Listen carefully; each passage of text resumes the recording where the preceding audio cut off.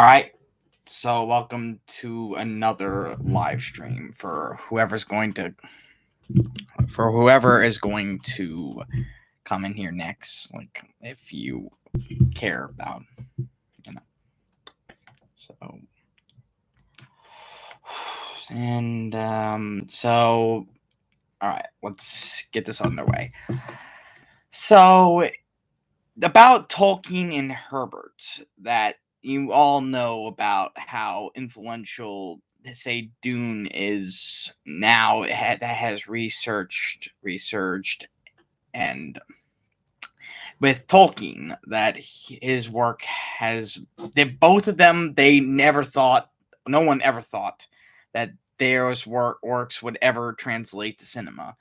But it is remarkable about how, say, Lord of the Rings came out in 2001 and Dune came out in 2021. So it is a bit remarkable about how two nearly impossible novels to adapt into cinema finally made their way into the public consciousness.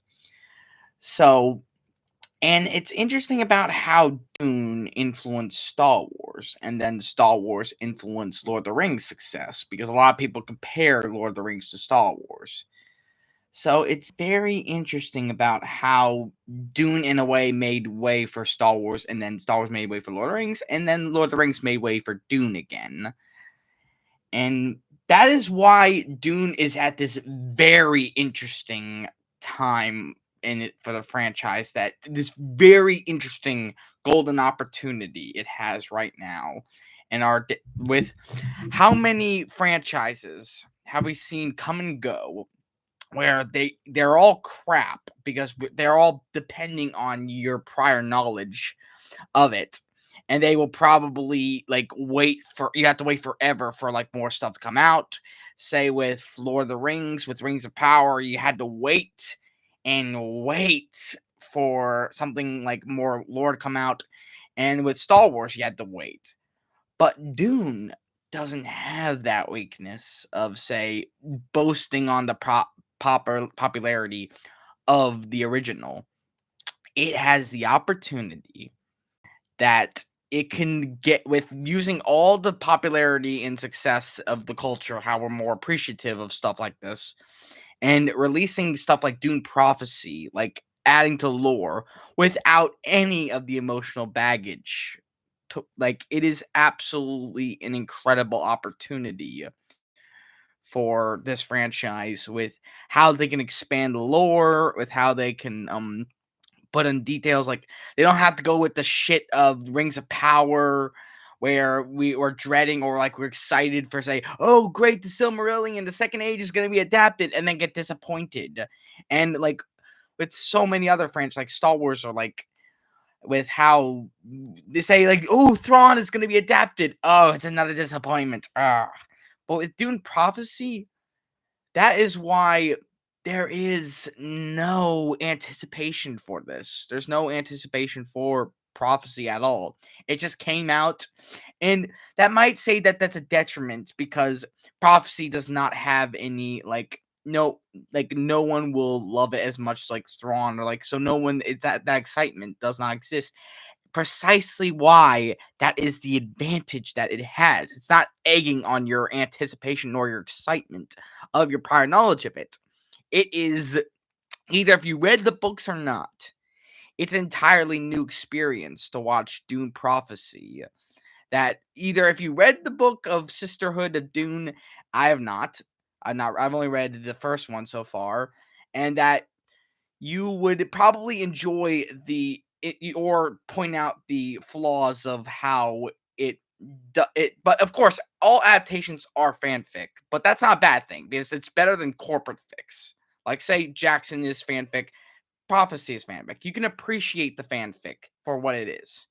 You can appreciate that it's bringing to life an adaptation of your book that you love, and that you can point out the criticisms if you like the original book. But then you can get a full advantage of, say, that you can get someone interested in reading the book for the first time, and then someone else who has not read the book for the first time, that they can appreciate Dune Prophecy for what it is, and as a show in itself. So it pleases both audiences without who have no prior knowledge or who do have prior knowledge, and they don't have to get like pandered or like keychained. It so that's why Dune can release many lore as it wants, like many add the other books that besides the Dune Chronicles that it's currently adapting right now, and they can not get that pandering or that pandering towards like the prior knowledge and bring you down with so it minimizes disappointment. It really has that advantage. Dune has that incredible pitch perfect opportunity to give us a full franchise where you don't get disappointed and you can generally go along with the stories, and you can go to the book like so. Now let's talk back to Tolkien and Herbert with let's say on um how Tolkien and Herbert both have their commonalities and their differences. Like, say, Tolkien and Herbert definitely do not appreciate technology. But they definitely know its uses, but they do definitely have. Of course, they're spiritual people. They have this like tendency and the imagination, and but the differences, of course, is with how they approach, like, let's say their strengths. Like Herbert had strength in ecology, and Tolkien had more strength in like language, philology, and so that is both they had their strengths and weaknesses. And also I think that points out to their philosophy of say that one is more complicated and enjoys the complexities and the ugliness of life, or who touches upon that in their stories. It's not that Tolkien, of course, is a he went through World War I, so it makes it just that one likes to put that into their story and is more and the other is more simple but not childish, but much it's intricate in how it touches on the simple like lifestyles of humanity and how it deals with the hardships of life through the more simple aspects. Like that's why the hobbits are the main characters of the Lord of the Rings, because of that simpleness that Tolkien yearned for. It's not that of course, they're in the whole legendarium, that they were multiple like heroes and like strong people, like legends of old, like Turin, like Feanor, and and unfortunately, this is with Rings of Power, Celebrimbor, who in the book is debatably actually the Lord of the Rings, like the Rings of Power did say, but it it of course it boils back to that, but it's more explored in the Lord of the Rings on Celebrimbor if he is the Lord, or even Aragon. If that's why with say the Jackson version, it's rarely hinted that. I mean, I know there's all the whole Isildur's heir stuff, but there's the whole reluctance of it, where the book version of Aragon was not reluctant at all towards the ring. It's just more hesitant towards being called the heir to the ring. So that's where the adaptation Jackson's version had that limitation with the time, that it could not go fully into intricacy, but where Dune, where it could do that.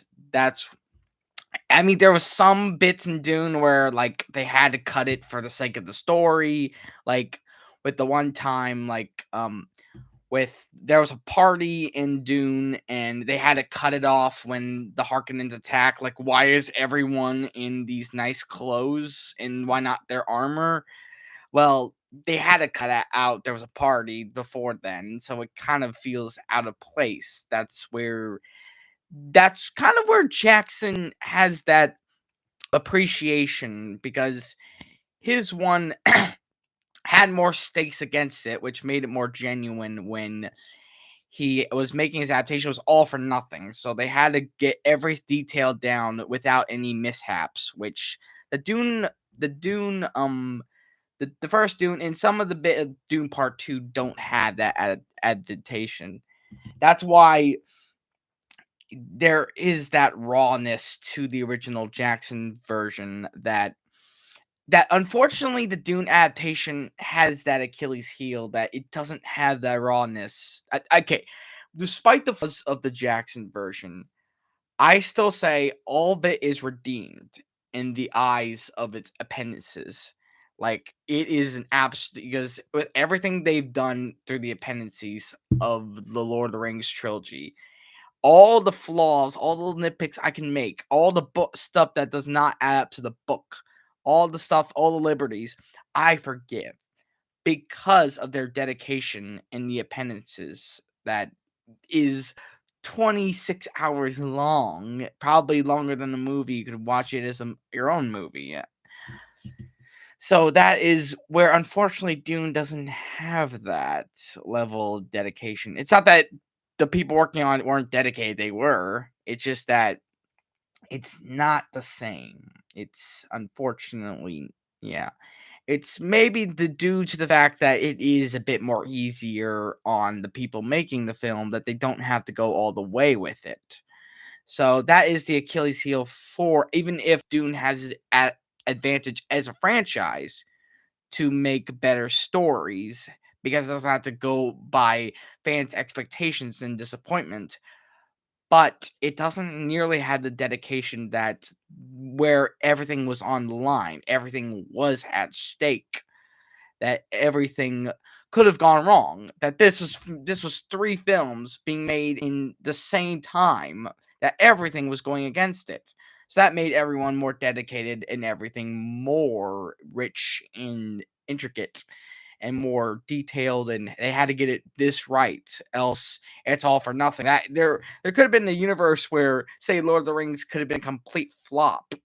I mean, the first Fellowship of Ring flop, and we would not have Lord of the Rings. Like people would probably hate it. Hell, there's even one story where, yeah, Harvey Weinstein could have, interfered with Lord of the Rings and made it far worse than the Rings of Power could ever made it.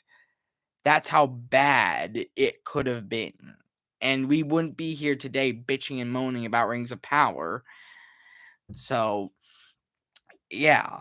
And it's great that Lord of the Rings did have this much going for it. And that's what makes the success of it so enriching and what makes, people want to read the book more and appreciate the book more.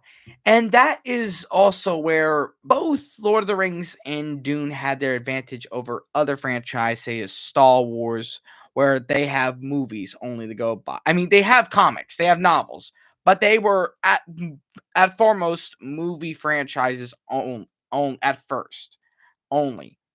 They were movie franchises. Like Star Wars was in cinema. It was made for the cinema, where Lord of the Rings and Dune were made for the books.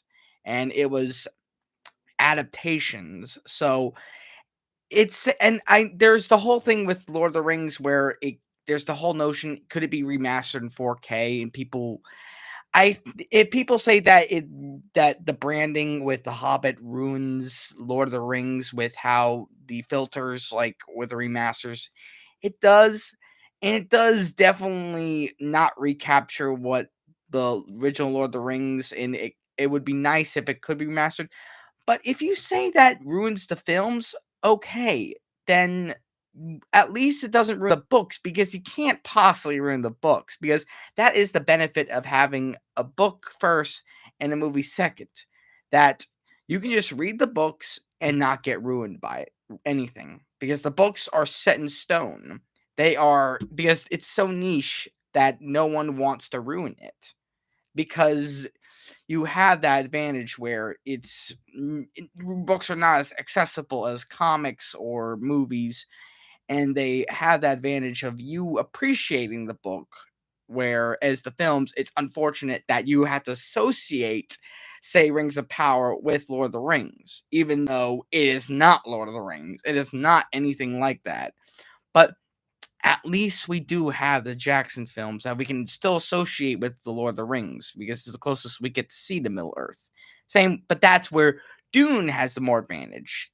Precisely that, because of, I mean, there could be bad Dune stuff. I mean, hell, there's probably more obscure Dune stuff with the 1984 stuff or that micro series, but that's not really bad as it's more obscure. Because I never seen it, so I don't think anyone. It's mysterious. So but now that it's in the mainstream, there is a chance of it being, say, bad, but it's not right away, or it's not the build up for it is not that, it's not that much pressure. So that's why Dune has its time to fill out the lore and make it interesting and make it genuinely like faithful to the book and more attention to detail.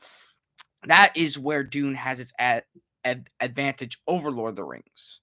It has the advantage of, and that's where you get excited for Dune Messiah, and you're watching Dune Prophecy, and it is definitely weeding out some of the stuff that couldn't be in the film, like some of the stuff with that was not with. I don't want to go into spoilers, but it definitely has like some of the stuff that couldn't go into the film. It explored more into the book per se. So it that is where TV definitely, of course, has the advantage over movies and cinema, where they can go more depth. So it helps build up towards, say, a movie. Yeah, like as Prophecy can really help Dune Messiah. It can help booster up that anticipation towards it in a very healthy way, not dependent on your decades or like with Lord of the Rings or Star Wars of prior engagement with it. All right. So, yeah, busy at the moment, but do go on about where the Dune Prophecy series gets more from the books where the films didn't. I would go into some minor spoilers ahead. Like it's say all right, where the movie does not explore like how the implications of the Bene Gesserit's voice, like how that is such a taboo thing for anyone but the Bene Gesserit to know about. Where in Dune Prophecy, one character, say like this soldier, finds out about the Bene Gesserit Reverend Mother's voice, and he survives it. Where in the book, it was actually the Mentat Highwat who was in the Dune film, who found out about Jessica's voice, who found out that she had the voice that, and he was scared, and he was the only one who would find out. But there's nothing he could do that much about. But it was more his suspicions towards her, and because her suspicions of him being a Harkonnen spy. Yeah. I'm a big Dune fan, but I have never been able to get into Lord of the Rings. Um, I would recommend you get at least read some bit of Lord of the Rings, or maybe do an audiobook, maybe just to get, or at least if you only care about lore, I recommend you read the Silmarillion. If you want to, if you're under the notion that Lord of the Rings is only about, say, the hobbits or about Frodo and all that, then the Silmarillion expands that actually Lord of the Rings is only like the tip of the iceberg of Tolkien's legendarium. And there's a huge like library worth of lore and detail where that Frodo in his venture of, one of my buddies said I should read The Hobbit. Well, okay, yes, definitely The Hobbit for the introduction, I would say. Yeah, I guess The Hobbit, but if okay, it matters on your personal preference. If you care about the lore, I say start with the Silmarillion. If you care about the story, start with The Hobbit, then go Lord of the Rings, and then save the Silmarillion for last. Then you will probably, and then probably, if you care so much about Tolkien, read his letters, And if you care more about the lore, then go to the history of Middle Earth, where you get the full intricacy. Or even if you want to read more about the Silmarillion, because the Silmarillion is more in summaries of legends. Like, if you want the full details, read, like, say, Baron and Luthien, or the Legend of Turin, where you get, or the Fall of Numenor, which is by Christopher Tolkien, his son, J.R. Tolkien's son, who got most of the stuff from his father, and who filled that out where his father couldn't. And it's funny with how Brian Herbert, who also was, say, it's actually kind of the reverse with Tolkien's son, who was filling out for his father, and it was or because Brian Herbert actually, or actually, yeah, this is similar with both father and son were filling out lores together. It's where at least Herbert had the advantage where he did live to see most of his stuff, like with his son and all the lore that he did built with his son, where Tolkien spent a lifetime, even before his son was born, like writing the Legendarium, writing the Silmarillion in his time in World War II, where he had these ideas for his own inspiration. Can I ask what you think of Dune Book 4-6? Children of Dune is my favorite, but God Emperor and Heretics are so boring. I have only read the first book. I've more read Tolkien than I have Herbert. I'm not there yet, so I wouldn't know. I've definitely read the Silmarillion, the Hobbit, and most of Lord of the Rings. I'm up to Two Towers, so I'm not there yet with with Herbert, with Dune. I'm getting there. I'll move on to, say, Muad'Dib book that part two. I would recommend reading Dune 1 through 3. Like, so you recommend me reading Dune and then Dune Messiah and then Children of Dune. So, and then just skip the rest of the books. So what about that? How would you say, if it is boring, the rest of them are boring? How would you say that the films could, reinvigorate it to be better than the books? If you really think it is, if the rest of the three are boring, Dune Messiah and Children of Dune are so interesting. Nova, yeah. And all right, so I guess if I could talk about anything else, it's maybe that, let's say, what about, I could go back to Tolkien and say about, there's this notion that he was a pessimist and he did thought that everything was getting worse, but he had this catastrophe. He had the feeling that despite all suffering, that things could go for the better despite the worse. So I think about how modern culture can be, very hectic and very, troublesome. It does matter, say, that a catastrophe can happen. You do manage to write for yourself your own story, or hey, see the best of the worst, and, like, say, Dune, for example, like I said, it's probably the best where that Dune is not hated at all. It's not so far like the rest of the culture where everyone hates Rings of Power or the Acolyte or anything else. But Dune is in the clear right now, so I say that's a win, at least for Dune's sake. That it still, like I said, has that advantage. And there's this certain notion that Tolkien despised about some kind of stories where there's this notion of the secondary world where, yes, the Rings of Power does suck. I get it. All right. Where a lot of the cinema and stories today, they go on your dependency of you knowing it's not real. They don't want you to get engrossed too much into the world because they're too wrapped up in their own emotional baggages on their own like shortcomings and life problems. So it takes a lot of courage to view the secondary world with grace and dignity to and oh wait, anything you like say about Game Awards aside from no ads for Dune? Um, the Game Awards, that is aesthetic porn. I'd say at least the game, even though I don't play those, I'm probably not gonna play any of those games.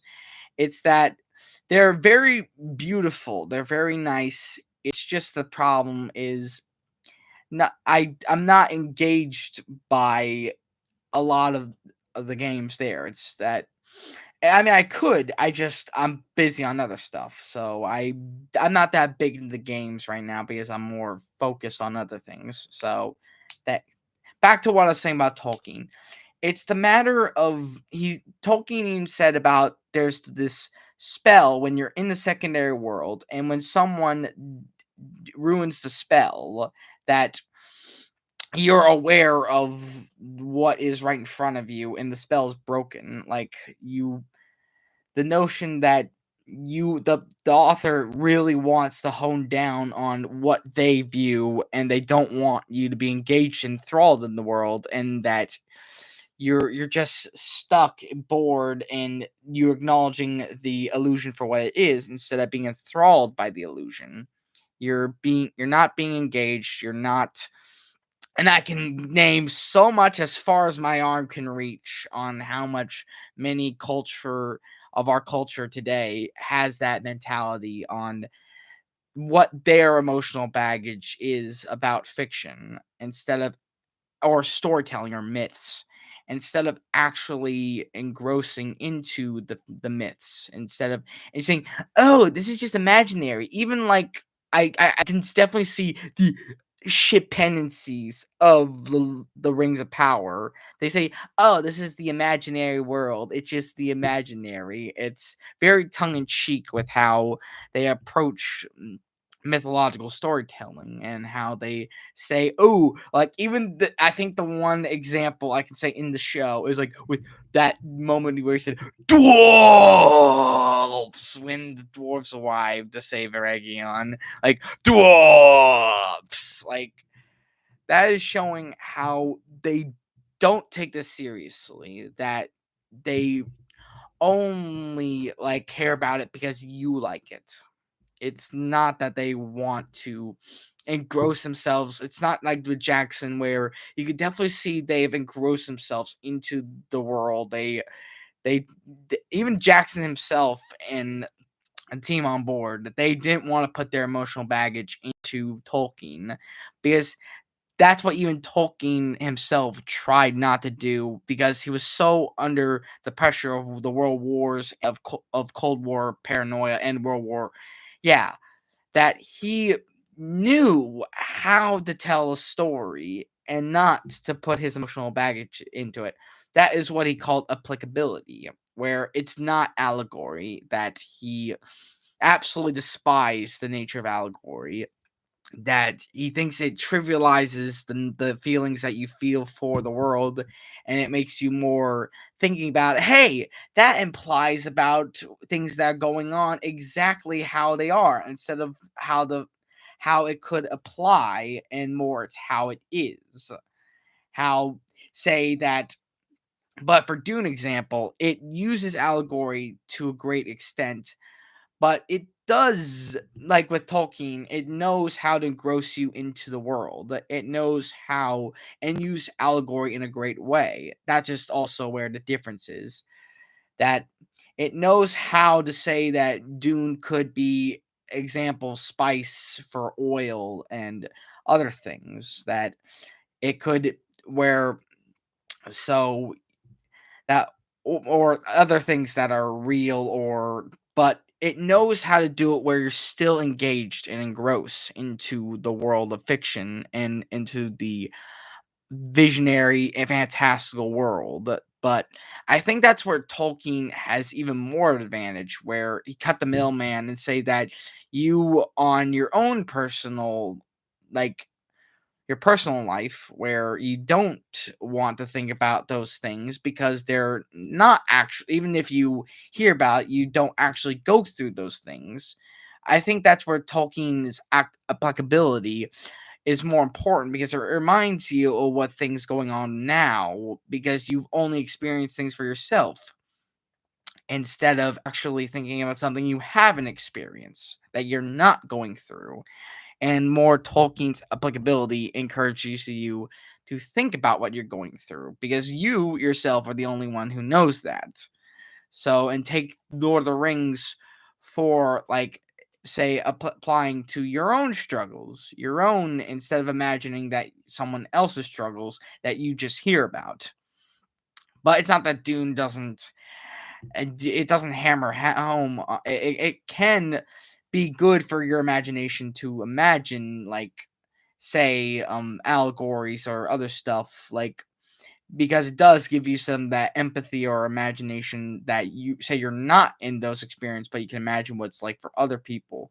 That is what Herbert understands about allegory, that you understand about the things that are completely out of your control, and say that you do or don't go through, or someone else goes through, but you can imagine what it's like for that other person. You can imagine what it is to be in that situation, and say that you could be in that situation, or you can't, but that it's the imagination that probably instills you with a sense of encouragement towards things you can't control, and something that you can know about in your daily life, but you are not experienced the other thing. But it can instill you with some courage, that in your own personal life, through allegory, through the notion that in real life you're not you're completely in containment, and that it could be someone else, or it could be you.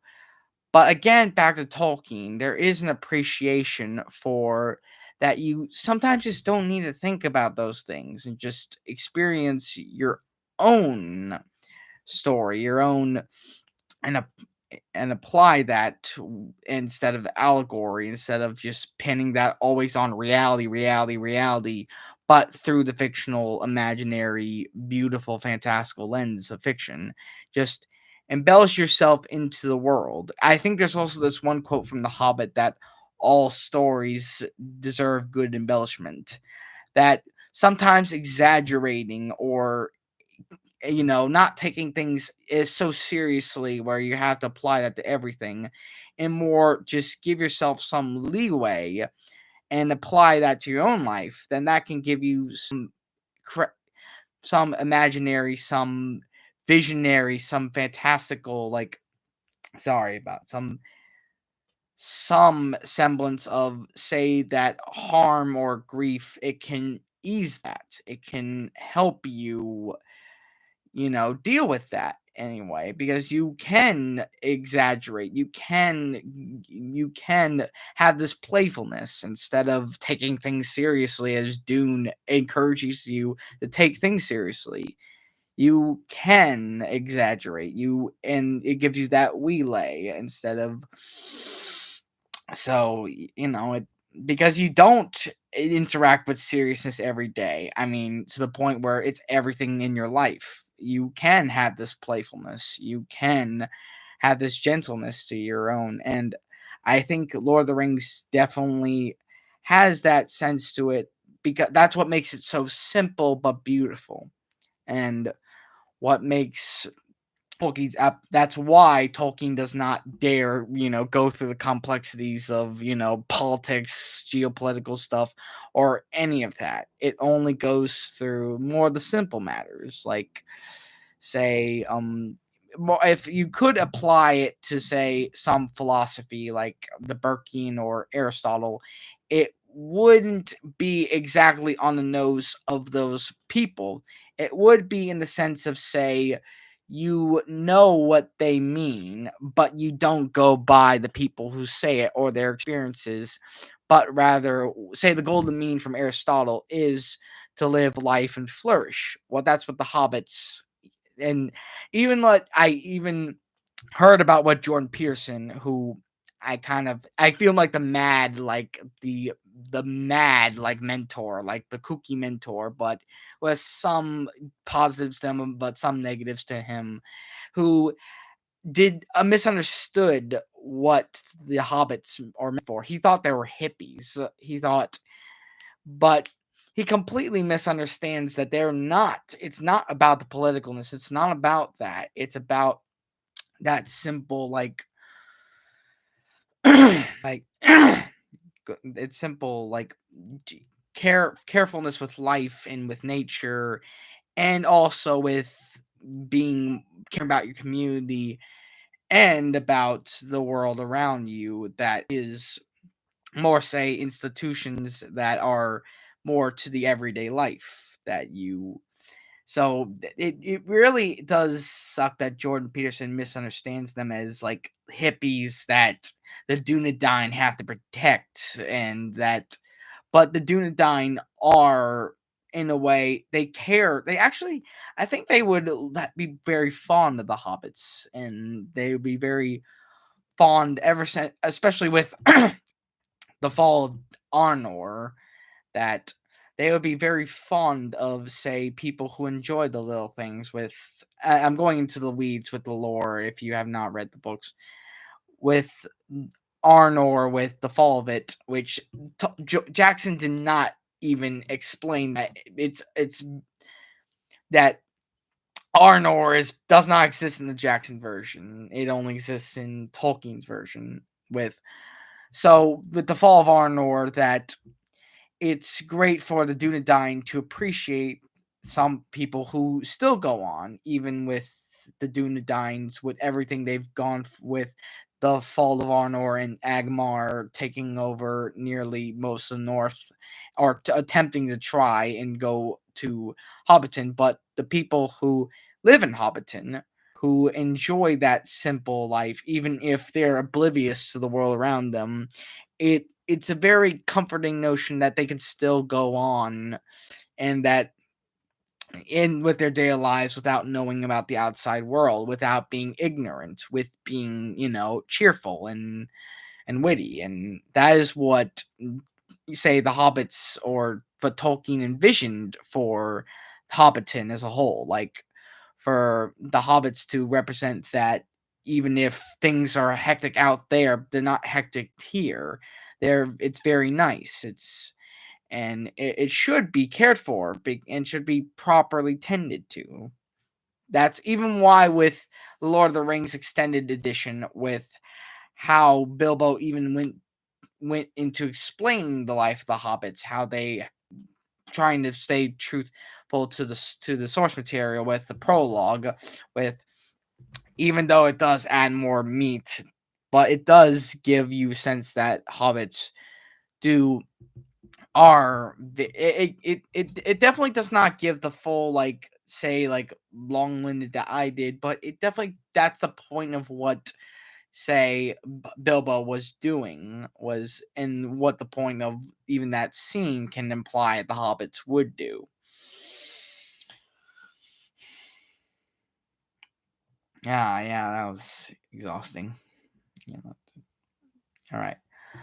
So, let's say, but I think it's the point of how, say, the his on the nose, like, he implies chi or Machiavellian, or say other, or even like Mohammed, or so it implies of the allegory of, say, the masters who, say, have to deal with these existential threats and not succumbing to despair in the very Nietzschean way, and the amori fati in and or the Ubermensch, that dealing with these existential threats and not succumbing to despair.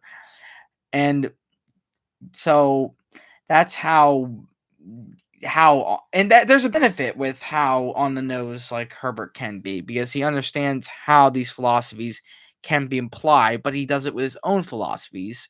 Say with, I'll say some excerpts from the book if you haven't read it or not. Leto even said that honorable banner could come to mean so many evil things, or that you can control you can turn off your own body parts at will. You can control your own body, but you should not make a machine in likeness of man. Or say there should be a science of discontent, that people need oppression and hard times in order to develop psychic muscles or limbs. There's that sense of wisdom that, where say Tolkien more implies simple philosophy through its story, where it's not. That's why it has the most, like, it has chapters. It's traditionally like has, like, say chapter 9 or chapter 8, or with Helm's Deep at the title. But with Herbert, they don't use, say, chapters. They go for more philosophical quotes as, say, the chapter marks. They don't even have the numbers. They only have, say, the quotes, and then the story begins. Like, so it has this, like, there's the left part of your brain, the right part. I say that Dune, the books tap on both your left and the right. Let's say that the book is only interested on the right part of your brain, which is the emotional part of it, the notions of your intuition and the joy and experience. But the Dune more taps on the left and the right, more encouraging left thinking brain and encouraging and richness of both. So that is why Herbert is on the nose with some of his writing, but to the point where he's not too on the nose, where he's expecting you to pay attention, but precisely because it's tapping to your left brain and filling you with stuff, instead of pandering to, say, Nietzsche, or by making sure you know exact this. It implies these philosophical quotes so you can get it, and where you can get these sort of implications of the philosophies that he's going off of, but not heavy fisted. It's very like enriching, how also with his own philosophy, Herbert's own, that he has learned from all of his sources. That's why you also kind of get that from Dune Prophecy, and also even from the Dune films. You kind of get that. That's why Dune is not for everyone, where Lord of the Rings can be for everyone. That is why even Star Wars had that very notion, that even that that George Lucas wanted to take from Dune and make it for everybody, because he was inspired from it, to the point where Herbert even wanted to sue Dune. But joke on Lucas that in making Star Wars for everybody, that it's for no one now. It's for nobody in the long term. So with how overly George Lucas has made a universe where so many people are invested in it, and now by the time we're all sick of Star Wars, where Dune has this is where it has the greatest advantage, where Herbert got say um his retribution against Lucas taking more of the fame, but he didn't really care that much, because because it never went to court. But this is where his story lived on, that it managed at this time where we're all sick of Star Wars. Now Dune is more to our akin liking, because we're so sick of Star Wars. It made its way for Dune. So in a way, Lucas did serve Herbert in a way that because actually, you could say Herbert is probably the most influential writer of all time, with how Star Wars is so influential that we know it. But without Dune, Star Wars wouldn't be what it is today.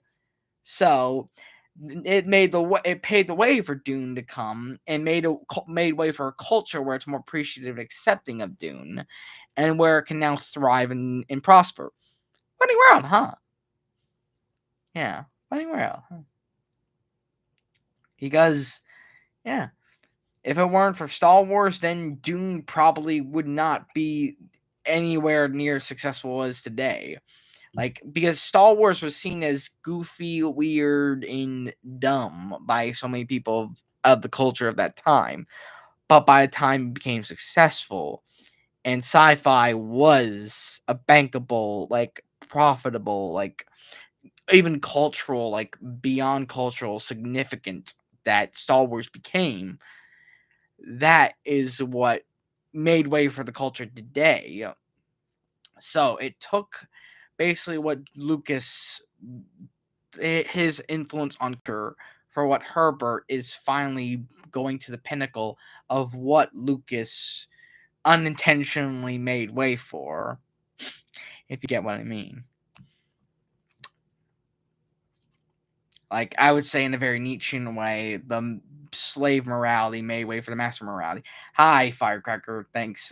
We're talking about Dune and Lord of the Rings. Is there any you would like me to talk about with Lord of the Rings and Dune, or anything else?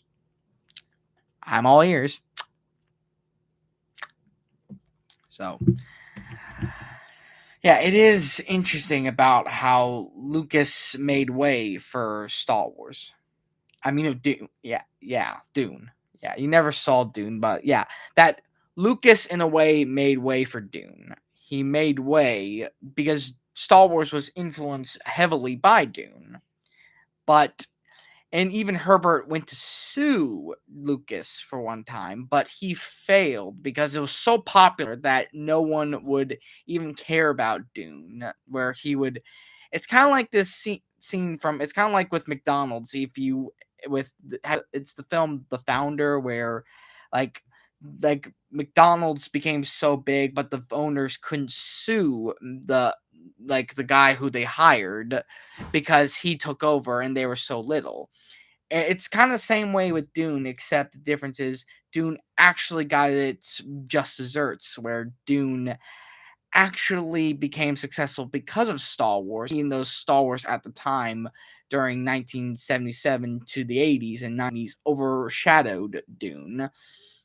But now that we're all sick of Star Wars because it's overbloated, oversaturated, and the point where it's now just ripping out the Goonies with Skeleton Crew, it is now so homogenized, so like beyond recognition of what it once was, that Dune has the advantage, the pure advantage, even with Game of Thrones also, which kind of is basically Game of Thrones, but just pure fantasy, no sci-fi intended.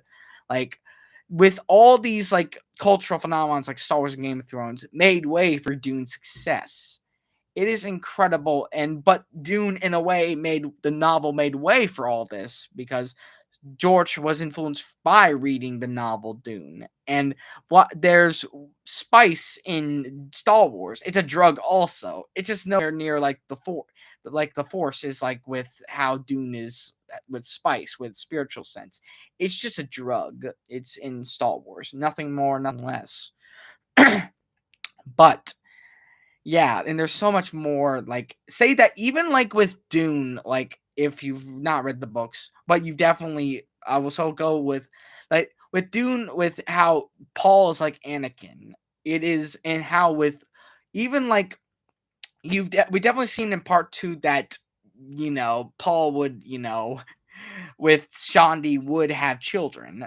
So I think it's no spoiler to say that Paul's kids would rise up against their father. And where do you think, just guess who got that from and made their own story about it? Just guess, go for a wild guess. What sci-fi franchise would, yeah, 10 to 15 years after prequels, people came around to them, but the sequels are objectively horrible? Yes. Yes. It's that's why the prequel trilogy is trying to be like, it's great. it's it's more going off of, say, more on the thinking part, where like the original trilogy is more like on the joyful part, trying to be like everybody, or the prequel trilogy is trying to be more serious, akin to Dune. That's where also Dune has the advantage of complementing the prequel trilogy with saying that, yes, like that's why Paul is like Anakin's like Paul, because they both had to deal with serious stuff that is beyond their own. Like, they negate Anakin's entire arc by having Rey be the one to beat Palpatine. That underdoes. Indeed it does. And here is the benefit that Dune will never go down that path, is because, precisely because of the Rise of Skywalker and how everyone hates that, Dune will intentionally not go down that path and actually improve upon, like, and that's where Dune has this vital advantage by seeing Star Wars as a cautionary tale and be improving on it and making better stories.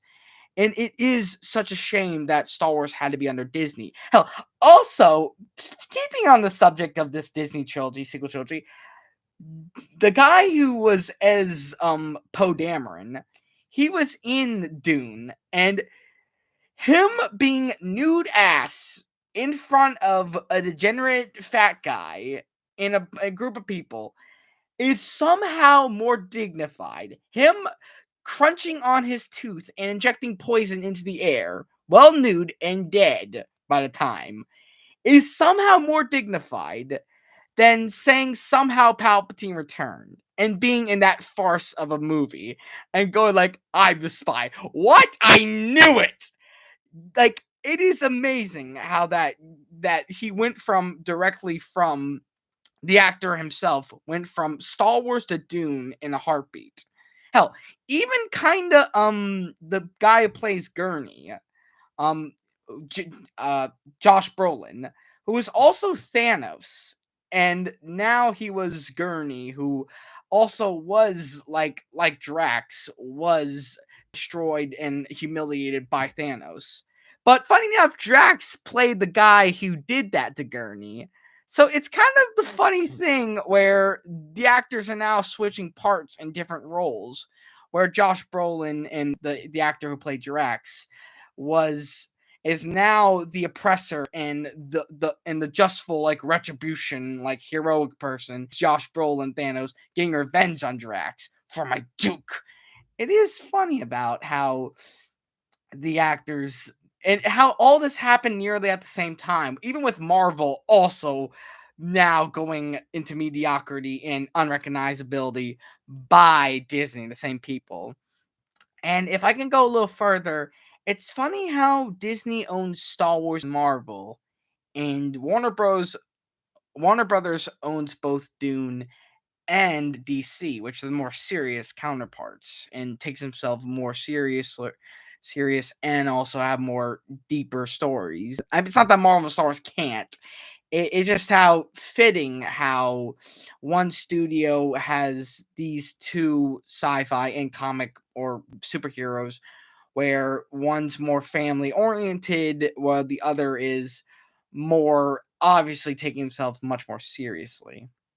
So it's kind of, and I would say also that Star Wars is owned by Disney. Oh wait, never mind. I'm losing my track.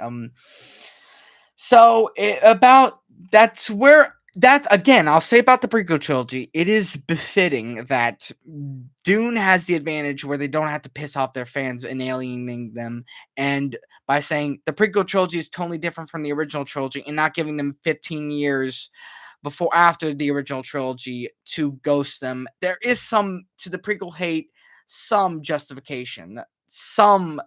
It's not, no, they're not justified. The trilogy are still great. It's there's some because it's alienated that, hey, we're going from this great fun trilogy to this more serious or somber trilogy in 10 years when we haven't seen him. It's almost like you see a friend that you expect will be the same, but you can't take when they're so radically different that it alienates you.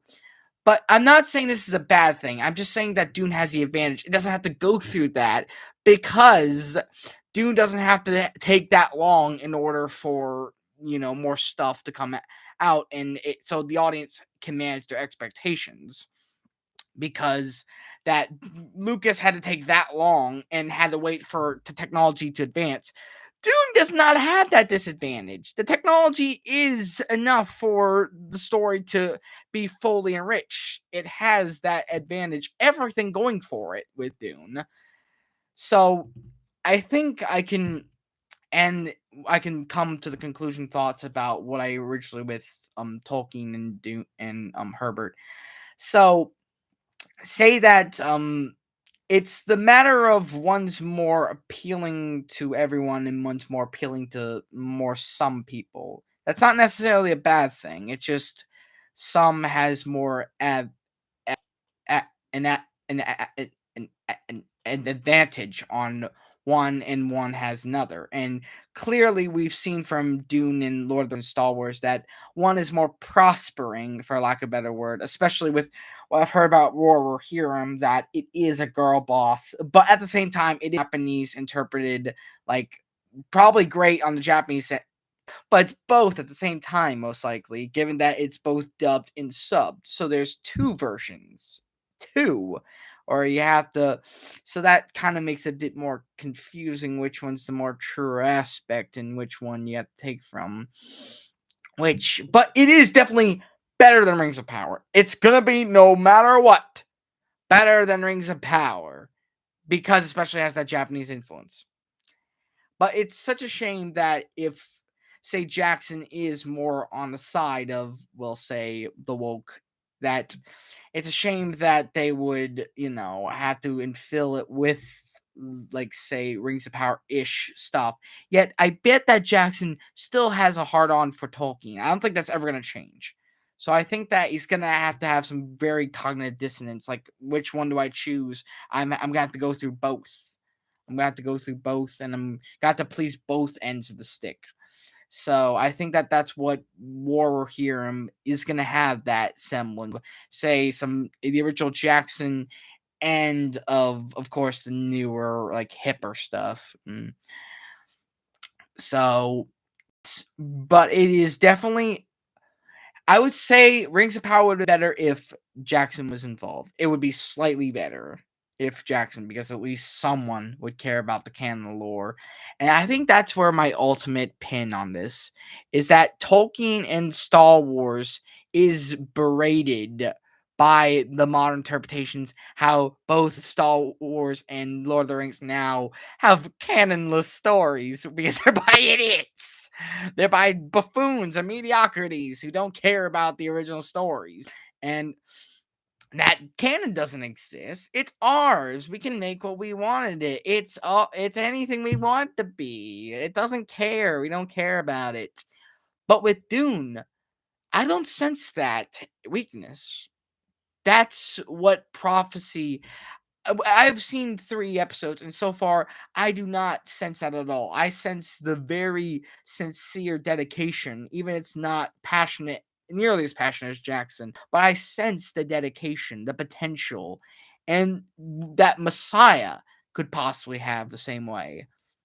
That with prophecy, making way for Messiah in the future, that it definitely has this sweet spot. It does not have to, hate the canon like they would. It treats the canon with respect, because that's, I was so enamored with prophecy when it brought up thinking machines, when it brought up how they were, because I was wondering about how, because when I was reading the books, I don't think that the thinking machines were nearly implied as much as they were in films. But in the show, we got to see thinking machines. We got to see how it's implied into, say, the films, and how it engrosses the films, and how maybe Messiah could take and imply from prophecy a lot of the aspects. That's where it has this advantage to establish and respect the canon, and be respected in itself, without having to rely nor pander towards people who know of the canon or the canon itself. That it is Dune's greatest advantage. That is Dune's ultimate advantage. How it's not going to be like the pandering of the wokes. It's going to be actually too faithful to the story. It's going to be phenomenal. It could be, it's not going to be the same like Lord of the Rings or Star Wars, where everyone's so passionate about it. It is going to be serious enough and passionate enough where it can genuinely be proper to the end. Probably it can do all six books. It can probably adapt to more books, and it can be faithful. That is its possible greatest potential advantage. All right, that's been my live stream, and I hope you guys enjoyed this. And those are my concluding thoughts. And it's been great talking with you guys as always, and I will see you later.